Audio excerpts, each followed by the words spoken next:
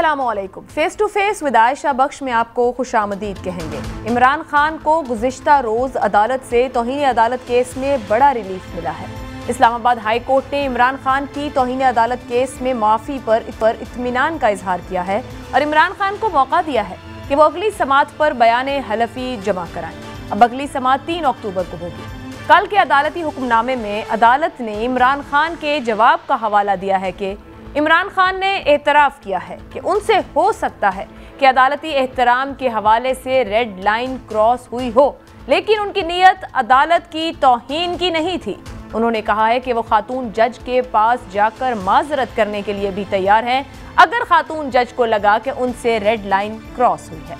उन्होंने यकीन दहानी भी करवाई है कि वो अदालती हुक्म के तहत मजीद इक़दामात करने को तैयार हैं।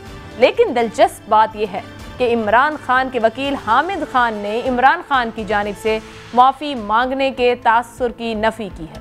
उन्होंने कहा है कि माफ़ी मांगने और माजरत करने में कानूनी तौर पर फ़र्क है।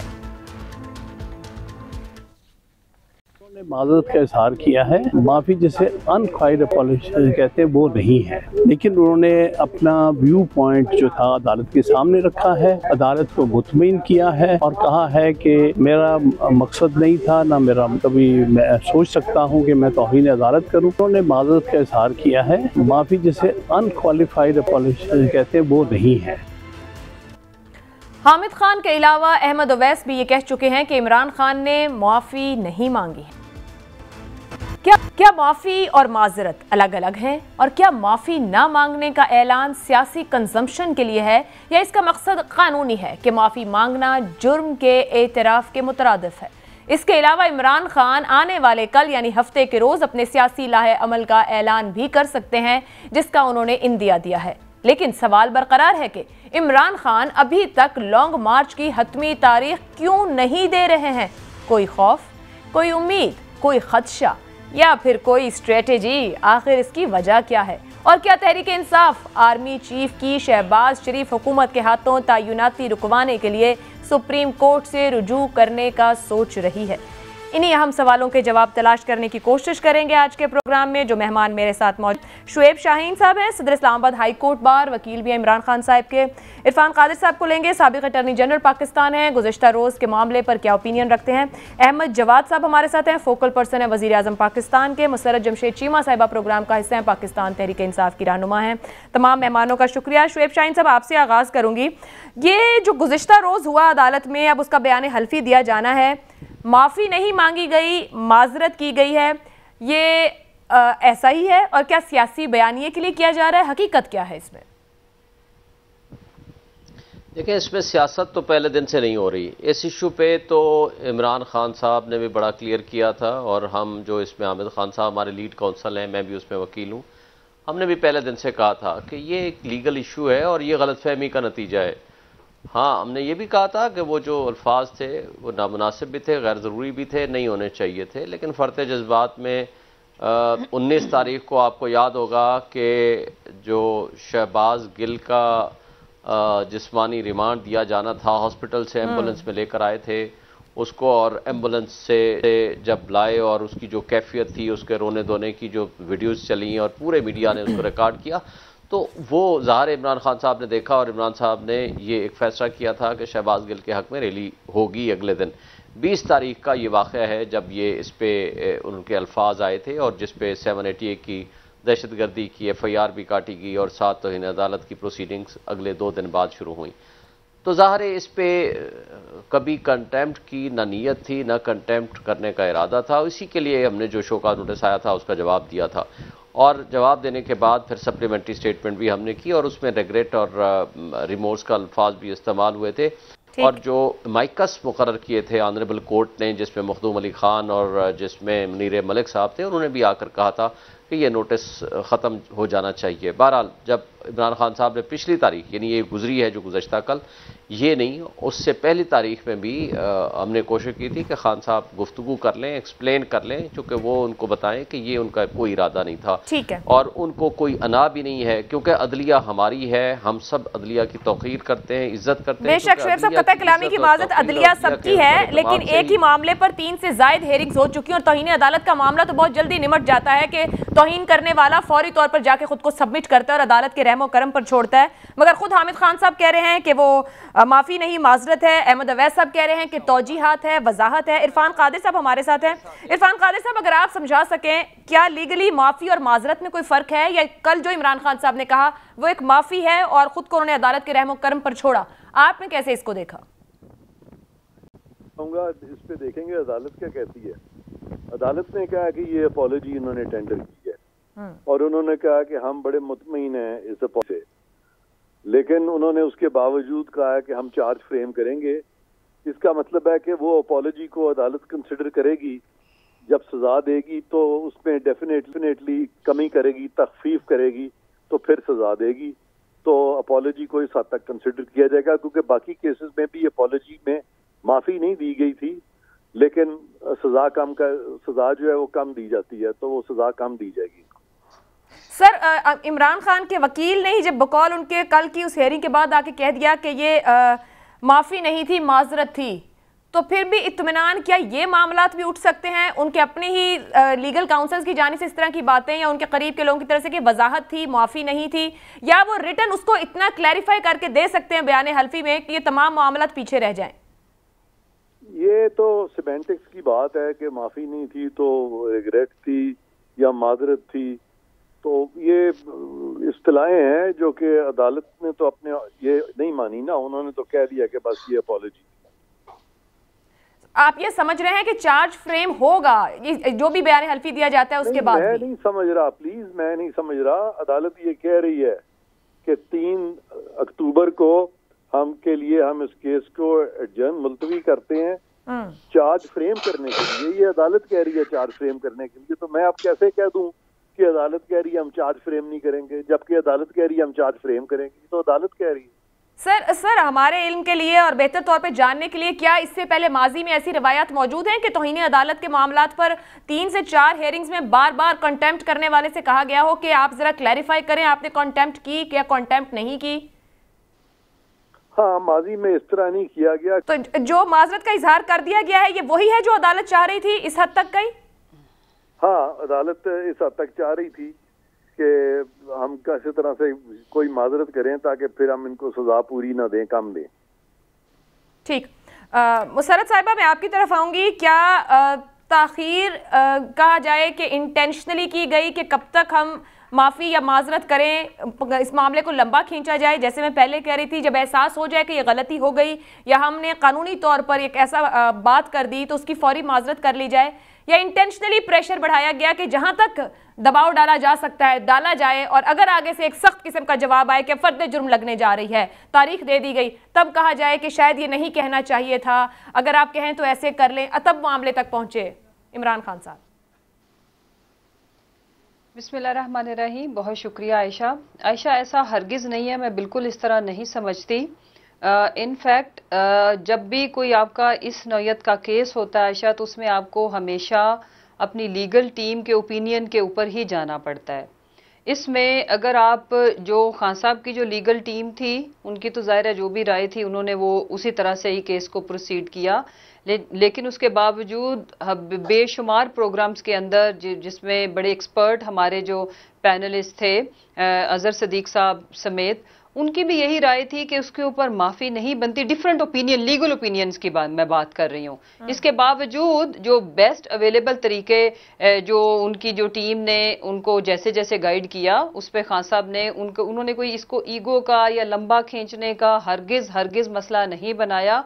और ये कोई इतनी बड़ी बात नहीं है कि अगर इंसान अपोलोजाइज कर ले और गलती को तस्लीम कर ले, लेकिन जो उनकी स्पीच भी थी वो इंटेंशनल तौहीन के जुमरे में भी उन्होंने नहीं की थी। लेकिन जाहिर है वो जब ऑनरेबल कोर्ट्स ने कहा कि जी ये तौहीन के जुमरे में ही आती है, अदरवाइज वो एक पॉलिटिकल लीडर की स्पीच थी जो चाहते हैं कि जो हमारे अदलिया या इदारे हैं उनके अंदर रिफॉर्म्स कितनी ज़रूरी हैं, और अगर कोई गलत तरीके से किसी चीज को डील किया जाता है तो उसके ऊपर लीगल एक्शन करने की वो बात कर रहे थे। बहरहाल अंदाज और कंटेंट अगर इससे बेहतर होता तो ये सारी इस तरह की तकलीफ का हमें सामना ही ना करना पड़ता। कलामी की माजरत आपकी अपनी जमात से ही। मैं फवाद चौधरी और हामिद खान साहब की अगर स्टेटमेंट्स की बात करूं तो वो बहुत मुख्तलिफ है इसी एक मामले को लेकर। क्या जमात के अंदर से ये कहीं डिसाइडेड है कि कुछ लोग इस मामले को सियासी तौर पर बयानबाजी करेंगे और कुछ कानूनी तौर पर लेकर चलेंगे। जमात के अंदर रिफ्ट इतना गहरा है कि हामिद खान साहब भी कोर्ट में खड़े हो कहेंगे कि उनसे खैर की तवक्को नहीं फवाद साहब से, और फवाद साहब जो उनको नेम कॉलिंग कर रहे हैं इंटरव्यूज के अंदर,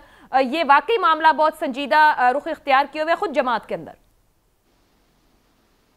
नहीं आयशा, ऐसा नहीं है। देखें, बहुत बड़ी सियासी जमात है और हमारी जमात की तो ये खूबसूरती है कि बेसिक जो प्रिंसिपल्स हैं, खान साहब की ज़ात, उनकी जो किए हुए फैसले, उनके अलावा डिफरेंस ऑफ ओपिनियन तो हमारी आपस में रहती है मेंबरान की, तो उसको इतना सीरियस वो रुख, वो आपको पता है पहले से ही उनकी डिफरेंस ऑफ ओपिनियन है, they are hard liner both, तो वो उनका अपना अपना नुक्ता नजर है। इसमें मैं एक और पहलू रखती हूं आपके सामने कि जैसा कि जो हामिद खान साहब की जो भी जो उन्होंने जो बेहतर समझा, डेफिनेटली गुडविल के साथ किया, लेकिन कुछ जो लोग थे उनकी राय बिल्कुल हामिद खान साहब के साथ उनका इत्तेफाक था। मैं लीगल जो एक्सपर्ट्स हैं उनकी बात कर रही हूं, मैं पॉलिटिकल अपने जैसे लोगों की बात नहीं कर रही हूं। अजहर सिद्दीक साहब का भी यही ख्याल था, लेकिन एक खास ग्रुप या लीगल मैं कम्युनिटी से ही बात कर रही हूं, उनकी राय वो है जो फवाद चौधरी साहब की है। तो इसको इसी तरह लिया जाए, और हमारी पार्टी के अंदर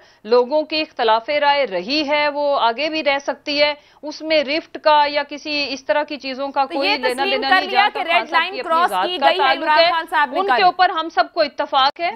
ये मैं यहाँ इसको रिफ्रेश कर लूं कि इमरान खान साहब ने ये गुज़िश्ता रोड के आगे अपने आप को सबमिट किया कि मैंने एक रेड लाइन क्रॉस की है, मुझसे तौहीन अदालत हुई है, ये एक्सेप्ट कर चुके आप लोग। देखें, उन्होंने अगर ये बात की है तो डेफिनेटली की होगी। अब इसके ऊपर मैं इसके ऊपर आउटलाइन में आपको दे सकती हूं, क्लैरिफाई करता हूं। ऐसी कोई बात आप ऑर्डर को पढ़ लें, ऐसी कोई बात उन्होंने नहीं कही। ठीक है, मैं आती हूँ। देखें, ऐसी बात जी कहिए आयशा, ऐसी बात उन्होंने बिल्कुल नहीं कही। उन्होंने कहा, ये लीगल उन्होंने, आप ऑर्डर को पढ़ लें। सुने, ऑर्डर के अंदर हर चीज मौजूद है और ऑर्डर में ये बात एक्सप्लेन्ड है। उन्होंने कहा मैं एक्सप्लेन करता हूं, और एक्सप्लेनेशन ये है कि ये मैंने लीगल एक्शन की बात की थी, मैंने कोई तौहीन अदालत की बात नहीं थी, लेकिन कोर्ट अगर ये समझती है कि ये रेड लाइन क्रॉस हुई है तो उस पर मैं माजरत खा हूं। ये बड़ा कंडीशनल और डिफरेंट किस्म की स्टेटमेंट है। ये कहना कि मैंने ये कह दिया कि मैंने रेड लाइन क्रॉस की है, मैंने तौहीन की है, वो वाली बात नहीं है। ये समझूं कि इमरान खान समझते हैं कि उन्होंने तौहीन अदालत नहीं की, वो तौजीहात ही पेश कर रहे थे गुज़िश्ता रोज भी अदालत में। बिल्कुल उनके ऑर्डर में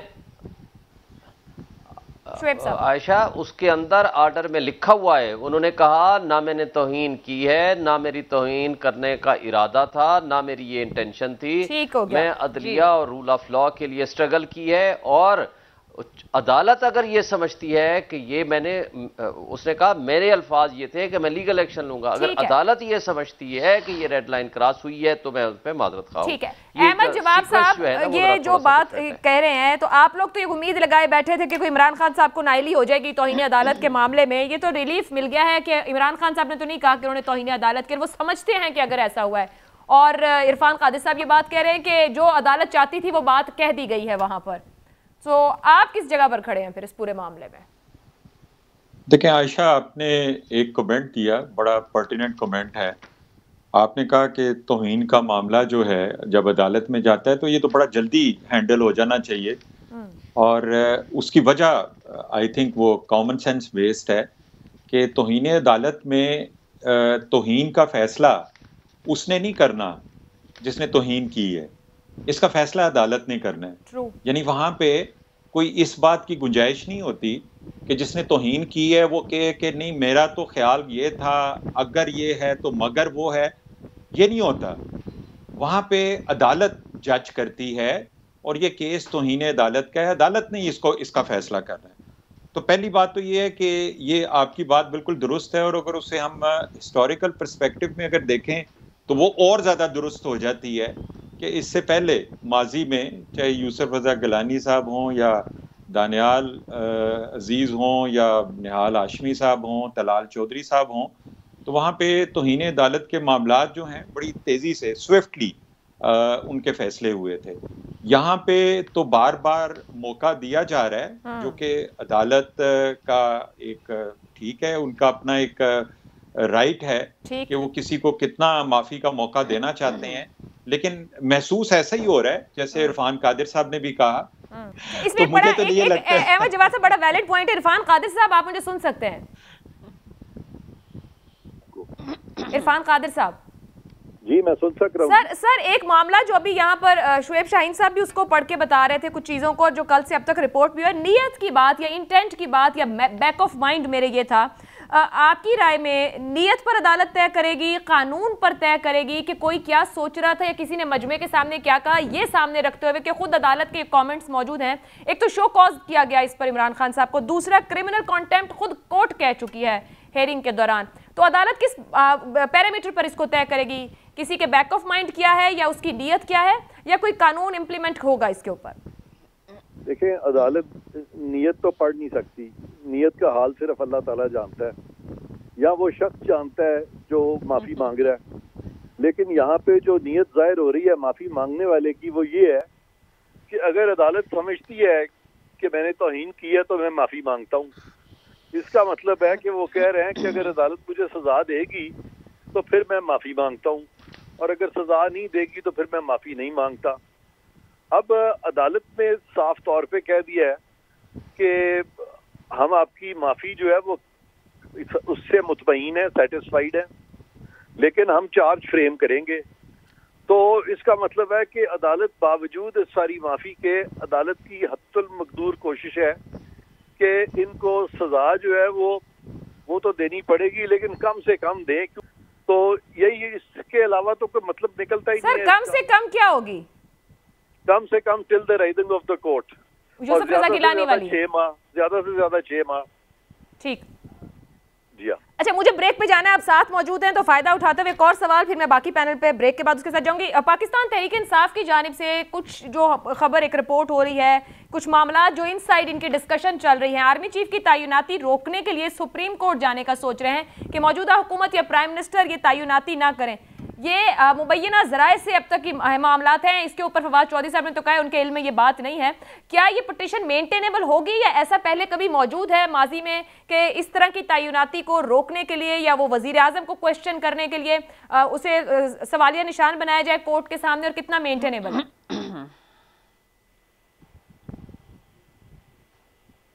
इरफान साहब जी जी, अब ये आपके ब्रेक पे जा रहे हैं तो मुझे नहीं सर, मैं आपसे ले रही थी ब्रेक से पहले इसका कमेंट। अच्छा, आपका ये है कि आर्मी चीफ की अपॉइंटमेंट पे क्या पीटीआई जो है वो जा सकती है अदालत में? जी, मेंटेनेबल है, क्या रोक सकते हैं कि जाएं और कहें जी प्राइम मिनिस्टर नहीं कर सकते तैनाती? अभी वो इसको क्वेश्चन बना रहे हैं कि वो नवाज शरीफ से अगर डिस्कशन कर रहे हैं इस मामले पे तो वो नहीं कर सकते हैं। नहीं नहीं नहीं, ये बहुत ही, मैं समझता हूँ कि ऐसी पिटीशन हो ही नहीं सकती और ये एंटरटेन भी नहीं होगी। ठीक है, ये नहीं हो सकती ना एंटरटेन। ब्रेक लेते हैं और फिर बाकी लोगों के भी इस पे रिमार्क्स लेते हैं इस ब्रेक के बाद।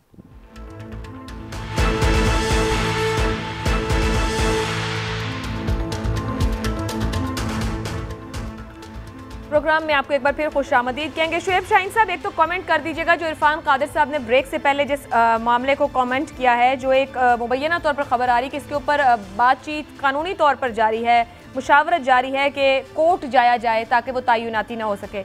दूसरा, इसको कमेंट कीजिएगा कि क्या बयान हल्फी उतनी ही क्लैरिटी से वजाहत के साथ देने जा रहे हैं कोर्ट के अंदर ताकि मामला वंस फॉर ऑल सेटल्ड हो जाए और फर्द जुर्म की तरफ कोई बचत हो सके, जो इरफान कादिर साहब कह रहे थे कि मामला अल्टीमेटली उधर ही जाना है। देखिए, मेरा ख्याल है कि पहले तो इन अदालत का इशू ऑलरेडी फाइनलाइज यूँ समझे हो चुका है। इमरान खान साहब की इन पर्सन जो स्टेटमेंट है वो आर्डर का हिस्सा है, पैराग्राफ नंबर 1 में लिखा हुआ है। पैराग्राफ नंबर 2 में आर्डर आपके पास है, तो कोर्ट ने उसमें सेटिस्फेक्शन का इजहार किया है और कहा है कि ये एफिडेविट दे दिया जाए। ज़ाहिर है वही एफिडेविट होगा जो स्टेटमेंट ऑलरेडी रिप्रोड्यूस हुई है आर्डर में और पैरा नंबर 1 में। तीसरी बात यह है कि ये चूँकि उस दिन तौहीन फ़र्द जुर्म के लिए रखा हुआ था, ये जो पैरा तीसरे में रखा हुआ है ना कि फ़र्द जुर्म के लिए वो डेट रखी है, फ़र्द जुर्म इसलिए है कि अगर एफिडेविट दे दिया जाता है और पैरा 2 के मुताबिक सेटिस्फेक्शन हो जाती है तो फिर फ़र्द जुर्म नहीं होती। चूँकि आज जो तारीख है, फ़र्ज़ करो जो तारीख रखी गई है, उसी कार्रवाई के लिए दोबारा रखी जाती है अनलेस कि वो एफिडेविट आता है और उसके ऊपर कंसीडर करने के बाद कोर्ट उसको डिस्पोज ऑफ कर देती है। बहरहाल मेरा ख्याल है कि वो पॉजिटिव साइड पे है और चीज़ें क्लोज डाउन। अभी भी फॉर माय क्लैरिटी, अभी भी ये अदालत के इख्तियार है कि वो बयान हल्फी जो दिया जाता है उसके बाद वो क्या डिसाइड करते हैं। सेटिस्फेक्शन के साथ भी अगर वो समझते हैं तो वो उस तरफ भी बढ़ सकते हैं। देखें कोर्ट की ही ज़ाहिर सवाबदीद है और उन्होंने कंसिडरेशन के लिए कहा था उस दिन भी, और कंसिडरेशन ही होती है। और जब उनकी एक सेटिस्फेक्शन आ गई है तो एक ऑनरेबल कोर्ट की एक इंटेंट बहरहाल सामने आ गई है। और ये जो तौहीन अदालत का कानून है ये कभी भी ये एक्सेप्शनल सर्कमस्टांसेस में इस्तेमाल होता है। ये कभी भी अदलिया कोशिश करती है कि इस कानून का इतलाक कम से कम किया जाए और उस पर जुडिशल रेस्ट्रेंट का मुजाहरा भी होता है। और बहुत सारे केसेस हैं, आप अगर 95% केसेस उठाओ ना तौहीन अदालत के, तो वो हमेशा उसको ड्रॉप किया जाता है, खा वो माफ़ी की बुनियाद पर या इवन बगैर माफ़ी की बुनियाद पर भी। आप बेनज़ीर भुट्टो का केस अगर आप उठाओ तो उन्होंने माफ़ी नहीं मांगी थी, उनके सख्त तरीन अल्फाज से जो मैं टीवी पे भी नहीं कह सकता, लेकिन उसको वो उन्होंने ड्रॉप कर दिया था। इसी तरह आप अगर उठाओ बहुत सारे और केसेस हैं जिसमें उन्होंने उनको माफ़ कर दिया था या ड्रॉप कर दिए थे नोटिस। तो इसलिए मैं समझता हूँ कि सच इतनी कोई सीरियसनेस इसमें होनी नहीं चाहिए थी। लेकिन बहरहाल एक कोर्ट की ऑनर रिस्पेक्ट का मामला जब होता है तो ठीक है। तो आपके मुताबिक इससे इमरान खान साहब निकल गए हैं, इस पूरे मामले से रिलीफ नजर आता है कि सामने खड़ा है। दूसरा मामला, क्या आपकी राय में, अगर आपके इल्म में नहीं भी है तो आप सजेस्ट करेंगे कि पीटीआई को या इमरान खान साहब को इस मामले के लिए कोर्ट जाना चाहिए? देखिए, कोर्ट इस सूरत में नहीं जाना चाहिए कि क्या ये जो अपॉइंटमेंट है जो कि सेंसिटिव ऑर्गेनाइजेशन की चीफ ऑफ आर्मी स्टाफ की ये मौजूदा प्राइम मिनिस्टर ना करे। ये एक पॉलिटिकली तो मुतालबा आपका ठीक है, आपका मुतालबा ये भी ठीक है कि जो वो परमानेंट गवर्नमेंट आए और वो इसको अपॉइंट करे, वो ठीक हो सकता है। लेकिन आप कोर्ट से ये ऑर्डर नहीं करा सकते, क्योंकि कोर्ट ये तो नहीं कह सकती कि ना जी ये प्राइम मिनिस्टर करे या अगला आकर प्राइम मिनिस्टर करे। कोर्ट इस तरह के पॉलिटिकल अफेयर्स में इंटरफेयर नहीं करती। हाँ, जो कोर्ट में जाने का इशू है वो बहुत अहम दूसरा है। वो ये है कि पीटीआई के लोगों को जो प्राइवेट नंबर से कॉलें आ रही हैं, उनके मेंबरान को, उनके मेंबरान सूबाई असम्बली को, उनके पॉलिटिकल वर्कर्स को, उनके लोगों को जो थ्रेट और धमकियां मिल रही हैं, ये फंडामेंटल राइट्स के वायलेशन का क्वेश्चन है। इसमें पीटीआई जा सकती है, उसको कॉग्निजेंस भी कोर्ट ले सकती है, उस पर उनको रिलीफ भी मिल सकता है। लेकिन चीफ ऑफ आर्मी स्टाफ की तैनाती के ऊपर कोर्ट में जाना और वहां से रिलीफ लेना या वहां पिटीशन का मेंटेनेबल होना, मैं इरफान कादर साहब की बात से इत्तेफाक करता हूँ। ठीक है, वो मेंटेनेबल शाहीन साहब कह रहे हैं कि वाइज तरीकाकार ये है कि आप सियासी तौर पर इस मामले को लेके जाएं, कोर्ट ना जाए। मुसर्रत चीमा साहिबा, आपकी जानिब आऊंगी थोड़ा सा इस मामले पर। कल बड़ा इंपॉर्टेंट डे है, इमरान खान साहब बड़ा अहम खिताब करने जा रहे हैं और साथ ही साथ वो एक अहम फैसला भी ले सकते हैं, जो वो कह रहे हैं कि वही फैसला लेंगे। लॉन्ग मार्च के लिए 2 माह से दबाव बनाया जा रहा है, बार बार वो रियलाइज करा रहे हैं अपने कारकुनों को कि आपने तैयारी पूरी करनी है, मैं किसी भी वक्त कॉल दे सकता हूं और वो कोई भी वक्त हो सकता है। ये ऐलान नहीं अब तक किया गया। क्या 25 मई की नाकामी, जिसको खुद इमरान खान भी तस्लीम कर चुके, एक बड़ी वजह है कि फोकस नहीं कर पा रहे कि कर दिया जाए हतमी कॉल या अभी ना दी जाए? लोग निकलेंगे, लोग नहीं निकलेंगे, कुछ कर पाएंगे, कुछ नहीं कर पाएंगे? आयशा, हरगिज नहीं। बेसिकली लोग निकलेंगे या नहीं वो तो अब मेरा ख्याल है सवाल उठता ही नहीं है।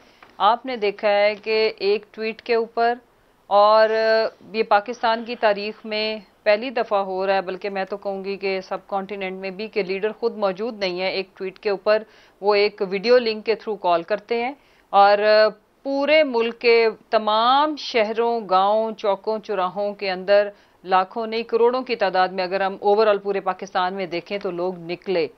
और ये तो सवाल, और एक और इम्पॉर्टेंट चीज़ है कि जब इन्होंने हमारे जो चेयरमैन को अरेस्ट करने की बात की, अभी तक पार्टी की तरफ से ऑफिशियल कॉल नहीं आई थी कि तमाम शहरों में प्रोटेस्ट शुरू हो गई थी। लिहाजा ये तो सवाल ही नहीं बनता। उसकी वजह यह है कि अवाम हमसे 4 कदम आगे हैं, उनको पता है कि वो इस कॉल के लिए क्यों बेचैनी से वेट कर रहे हैं, उन्हें क्यों निकलना है। हकीकी आज़ादी पाकिस्तान की, मैं कहती हूँ, सालमियत का सवाल है, हमारी बका का सवाल है, आने वाली नस्लों का सवाल है। जब तो ये तो 25 मई को अवाम के मैंडेट के लाए हुए लोग के लिए निकल रहे थे, उस वक्त क्या नहीं हो सका जिसकी अब आप लोग तैयारी कर लेंगे? खुद आपकी जमात तस्लीम कर रही है कि अब की बार हिकमत अमली मुख्तलिफ होगी और हम कामयाब रहेंगे। क्या मुख्तलिफ होगा? आयशा, देखें, पिछली दफा एक फैक्टर जिसमें ख़वातीन के ऊपर, बच्चों के ऊपर, बुजुर्गों के ऊपर, और जो पंजाब में जुल्म की दास्तान रकम हुई और जो इस्लामाबाद में के मनाजिर थे वो श्रीनगर, फ़लस्तीन से कम नहीं थे। इस दफा याद रखना चाहिए कि केपी में हमारी गवर्नमेंट है, पंजाब में हमारी गवर्नमेंट है, तो 25 किलोमीटर वाले राना सनाउल्लाह को इस दफा हम सबक सिखाएंगे। वो हमें धमकियां ना लगाएं, ओछे हथकंडे, खोखली बातें, ये बुज़दिलाना हरकतें बंद करें, जो इनसे हो सकता है करें। एक बात मैं अर्ज करूं, ना हम कानून हाथ में लेंगे, ना हम गन उठाएंगे, लेकिन ये निहत्ती अवाम, 22 करोड़ अवाम जब निकलेंगी ना, तो इनको छुपने का रास्ता नहीं मिलेगा। ये इंपॉर्टेंट चीज याद रखें कि हमारे ऊपर पिछली दफा बहुत प्रेशर था। जिस तरह से इन्होंने चादर चार दीवारी का तकद्दुस पामाल किया, तो इनके घर किले तो नहीं है। ये कोई ऐसी बात ना करें कि जिससे लोग इनके घरों का रुख करें। मैं बिल्कुल बड़ी जिम्मेदारी के साथ कह रही हूं, देखें जान हमारी भी है, इनकी भी है। इस दफा अगर इन्होंने कानून को हाथ में लिया, अगर हम कानून को हाथ में ले, तो ये वाकई जो बनता है वो करें। लेकिन अगर हम कानून हाथ में नहीं लेते, ये मेरा मुल्क का आइन मुझे इजाजत देता है कि हम सियासी जमहूरी लोग पुरअमन प्रोटेस्ट करें, हम मार्च भी करें, हम धरना भी दें, ये हमारा हक है। अगर ये हक नहीं है तो इनको चाहिए हमारे ऊपर एक्सपायर्ड शेलिंग करें। क्या इन्होंने हमारे जब दौर था वहां पे इन्होंने क्या जलसे, जुलूस, धरने, लॉन्ग मार्च, शॉर्ट मार्च नहीं किए थे? हमने तो इनको ऐसा कुछ भी नहीं किया। अहमद जवाद साहब, ये अगर कानून हाथ में लेंगे तो फिर अवाम जो कुछ इनके साथ करेगी उसकी गारंटी इमरान खान साहब और हम लोग नहीं दे सकते। वो कह रही हैं कि हम गारंटी नहीं देंगे, अगर आपने हमसे हमारा हक छीनने की कोशिश की। और ये उनकी जमात बाज़ाब्ता तौर पर, हर कोई लीडर ये कह रहा है कि अब की बार 25 मई से मुख्तलिफ होगा। और कल ऐलान कर सकते हैं इमरान खान साहब हतमी तारीख का, और पिछले 2-3 दिन में वो यूथ से बहुत मुलाकातें कर रहे हैं, उनसे हल्फ भी ले रहे हैं, जब कॉल दी जाएगी पहुंचेंगे। आपकी तैयारी क्या है? कुछ राना सनाउल्लाह साहब बातें कर रहे हैं, कुछ आप लोगों ने सूबों से मदद मांगी, पंजाब और केपी से तो जवाब मिल चुका, करेंगे क्या? अब आप कितना बंद करेंगे इस्लामाबाद को? देखें आयशा, ये तो एक बिल्कुल एक जमहूरी चीज़ है कि कोई भी पॉलिटिकल पार्टी एहतजाज करना चाहती है, ज़रूर करे एहतजाज। और सिर्फ एक जो फ़र्क होता है एहतजाज में और एक कानून को वायलेट करने में, वो ये होता है कि अगर आप पब्लिक प्रॉपर्टी को नुकसान नहीं पहुंचाते, अगर आप पीसफुल लाइफ जो है उसको डिसरप्ट नहीं करते।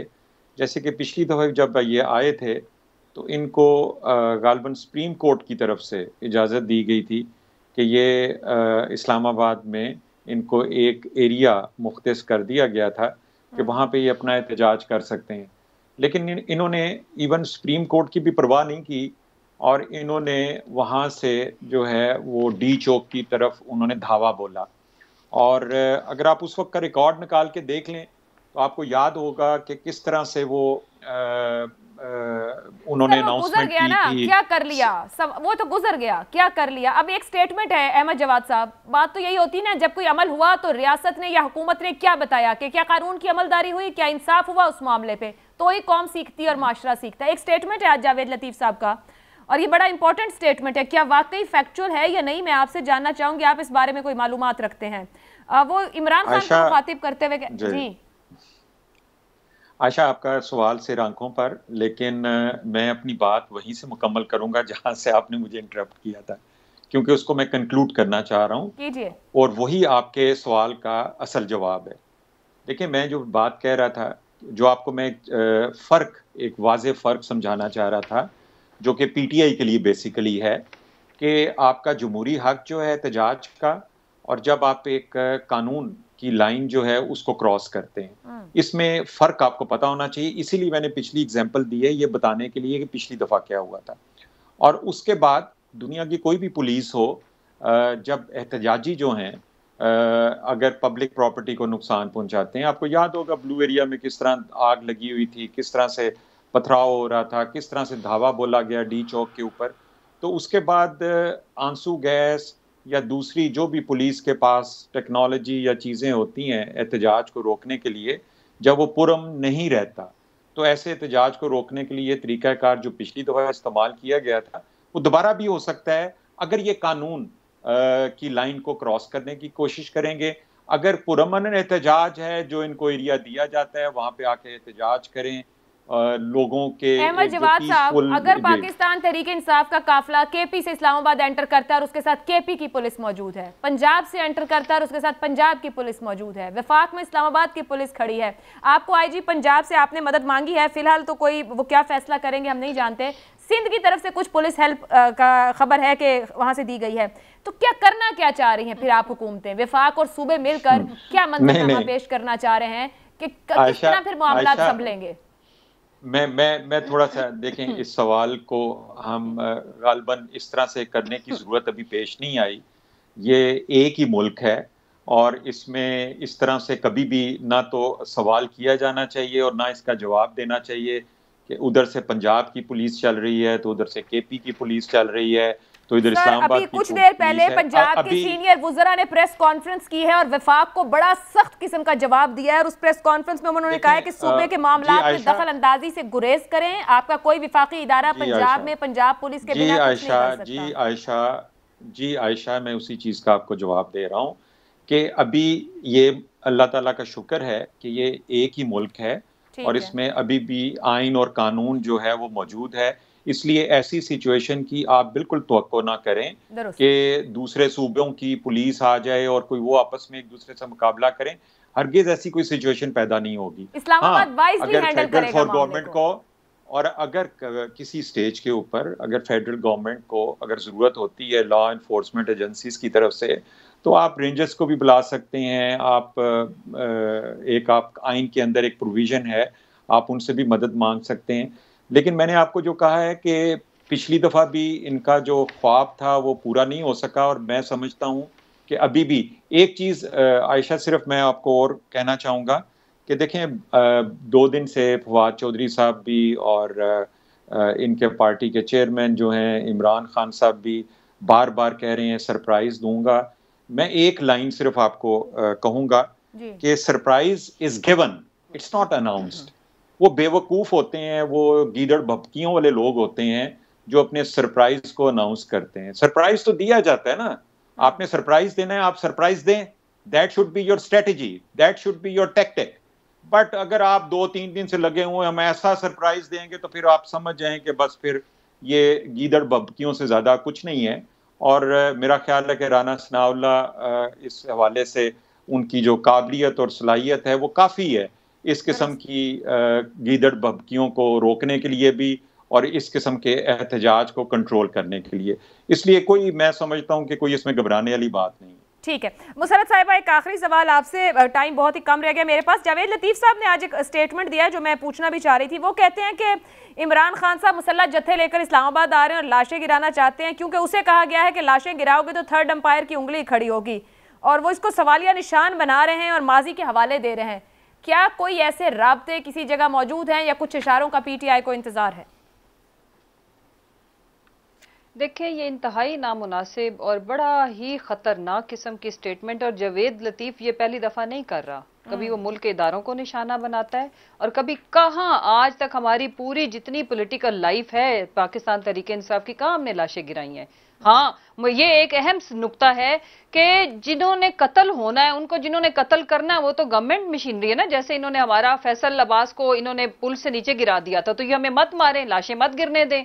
हमने तो कोई किसी तरह की कोई ऐसी चीज नहीं की जिसमें ना हमने कानून को हाथ में लिया, ना हमने खुदा ना खास्ता जिस तरह से, देखें ये कह रहे हैं कि हमने वहां पे कानून को हाथ में लिया था इस्लामाबाद में। लाहौर में क्या हुआ था, अगर 1 मिनट के लिए मैं इनकी बात को मानूं, लिबर्टी में तो सारी हम औरतें और बच्चे और बूढ़े थे। जिस तरह की शदीद शेलिंग हुई, जिस तरह से लाहौर के जो मनाजिर थे, देखें ये अगर कोई इस तरह की हरकत करेंगे, हमारे कारकुनान का लहू इतना सस्ता नहीं है, इनके मुंह को खून लगा हुआ है। ये 14 कत्ल खा पी गए, हड़प कर गए मॉडल टाउन के अंदर। या इस दफा इन्होंने अगर हमारे निहत्ते कारकुनान, हमारी खवातीन के ऊपर तशद्दुद भी खाली करने की कोशिश की, मेरे मुंह में खाक अल्लाह ना करे कि किसी की जान जाए, तो ये इस मुल्क के लिए और इन लोगों में के लिए बहुत इनको महंगा पड़ेगा। और याद रखें कि अवाम इस दफा सताई हुई है, वो इनको किसी सूरत माफ नहीं करेगी, इनको बिल्कुल नहीं छोड़ेगी। शुएब शाहीन साहब से, शुएब साहब एक आपने बात की थी फंडामेंटल राइट्स के ऊपर कि अगर उनको इस तरह से मामला उनके साथ चल रहे हैं, और एक ही जावेद लतीफ साहब का बयान है, क्या ये तमाम मामला एक ही कैटेगरी में नहीं आते कि इस तरह के बयानात जो कि ना कहीं जाते हैं ना कुछ और, लीगली एड्रेस हो ताकि सियासी हमारे यहाँ मामलात और इल्जामात की तरफ ना जाए?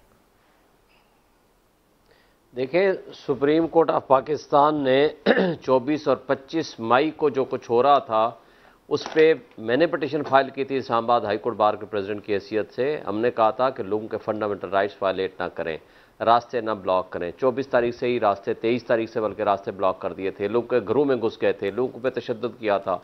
सिर्फ लाहौर में 500 से ज़ायद वकीलों को गिरफ्तार कर लिया। नासरा जावेद इकबाल को के घर में जो इस तरह चादर चार दीवारी का, सिर्फ उनके नहीं, बहुत सारे हज़ारों की तादाद में मेरे अपने घर में मेरे बच्चे थे छोटे छोटे, मेरे घर में भी।